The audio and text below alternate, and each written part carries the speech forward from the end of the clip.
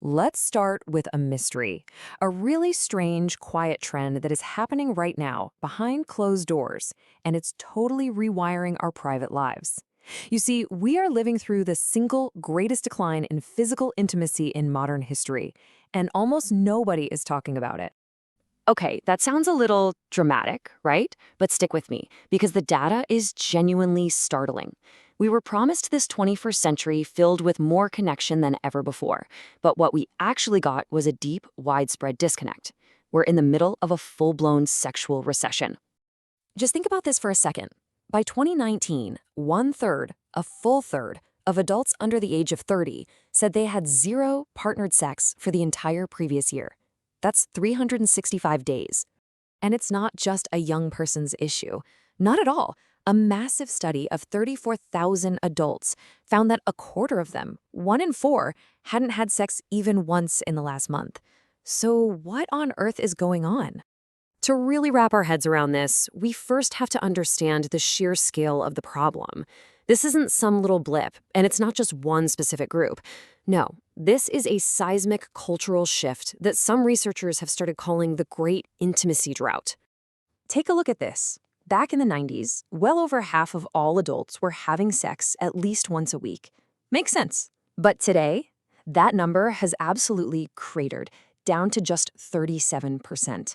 This isn't a gentle slope, my friends. This is a cliff. And this drought is hitting everyone. For married adults, weekly intimacy has plunged from almost 60% down to 46%. An entire quarter of Gen Z adults have never even had partnered sex. And get this, for a growing number of people, about 15% of men and 18% of women, this isn't an accident. It's an intentional choice. So if this is happening to everybody, what's the cause? Well, the first and most obvious suspect is the very technology that was supposed to bring us all together, the dating app. But what if it actually created a paradox that's pushing us further apart?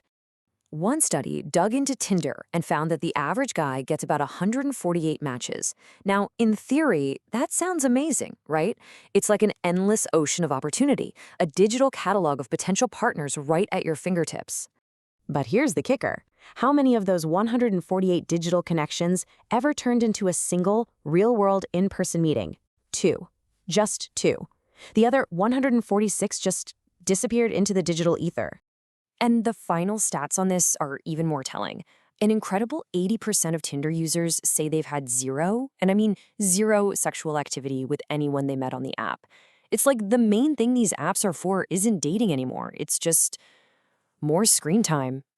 This whole mess has created a kind of modern dating purgatory. You've probably heard of it. It's called the talking stage. It's this endless loop of texting that feels like a connection, but without any of the risk of actually meeting. And it usually just ends when one person gets bored and ghosts the other. Now, this cycle of matching, talking, and ghosting, it's not just frustrating. It's actually fueling something much, much deeper. It seems like the very design of our digital world is manufacturing a whole new kind of social anxiety. This quote really just nails it. Young people today are facing a constant fire hose of rejection from colleges, from jobs, and every time someone swipes left. The sheer volume of it all creates this deep fear of taking risks. I mean, why would you put yourself out there when the algorithm has basically trained you to expect failure? And this is being hardwired into our own brain chemistry. A Stanford psychiatrist, Anna Lemke, explains that endlessly scrolling social media floods our brains with cheap dopamine. So when we finally put the phone down, we crash. We enter what she calls a dopamine deficit state. And what does that feel like? Fatigue, zero motivation, and a tanked sex drive. Our brains are literally being rewired to want the easy hit of a notification over the messy, complicated, high-effort reality of a real human connection. The impact is undeniable. When researchers asked people point blank for the single biggest reason they weren't having sex, nearly 41% pointed directly to mental health struggles like anxiety and depression. But the consequences aren't just in our heads. The investigation now leads us to the shocking physical toll our online lives are taking. It's created a battle between our very biology and our browsers. So this next piece of data is probably one of the most baffling parts of this entire story. Right now, people in their 20s are having sex on average 3 times a month. That is the exact same frequency as baby boomers, people in their 60s and 70s. A generation at its physical peak is statistically identical to a generation of retirees. How is that possible? Well, it's led to a distinctly modern medical problem, especially for men under 45. Porn-induced erectile dysfunction, or PIED. Basically, it's a condition where the brain gets so desensitized by extreme online content that it has a hard time responding to the normal, subtle cues of real-life intimacy. And when you look at this data, the connection is, well, it's pretty impossible to ignore. For men who consume less than 30 minutes of porn a day, the rate of ED is about 10%. But for those watching over 40 minutes a day, that rate quadruples to a staggering 40%. So when you put all the evidence together, the broken dating apps, the crippling anxiety, the messed up dopamine cycles, and the physical dysfunctions, it all points to a single, really troubling diagnosis. This isn't just about sex anymore. This data pretty much says it all. A majority of people, 63%, admit they are actively choosing screen time over sex. Almost half say that screen fatigue is directly hurting their sex lives. But here's the real kicker. Over half of them know that less screen time would help. And yet, the screen still wins the battle for their attention.